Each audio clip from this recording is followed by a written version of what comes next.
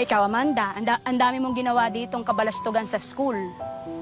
Na kung ako mismo, babae, nakakahiya yung ginawa mo. Pero tingnan mo, hindi natin yan binulgar, di ba? Kasi nga babae ka.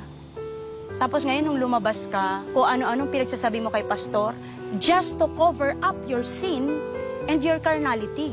At alam nyo sa sarili ninyo at puso ninyo na inosente si pastor at spiritual si pastor. Mga bayaran kasi kayo.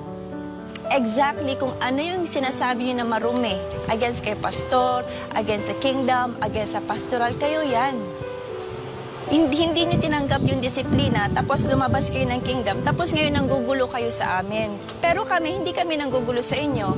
Sana irespeto niyo yung privacy. That's your choice eh. Hindi namin pwedeng makontrol yung choice ninyo. So kung choice niyo magpakasama, kayo na lang, wag niyo na kaming isali at wag niyo nang isali si pastor kasi kahit na anong mangyari, si pastor ang most spiritual man. Gidinay niyo ang paglilingkod, i-deny din kayo ng anak. At ito rin ang dahilan ng kanilang pag-alis at upang pagtakpan ang kanilang mga kamalian ay binabato nila ang kanilang mga karumal-dumal na gawain kay Pastor Apollo Sikibloy.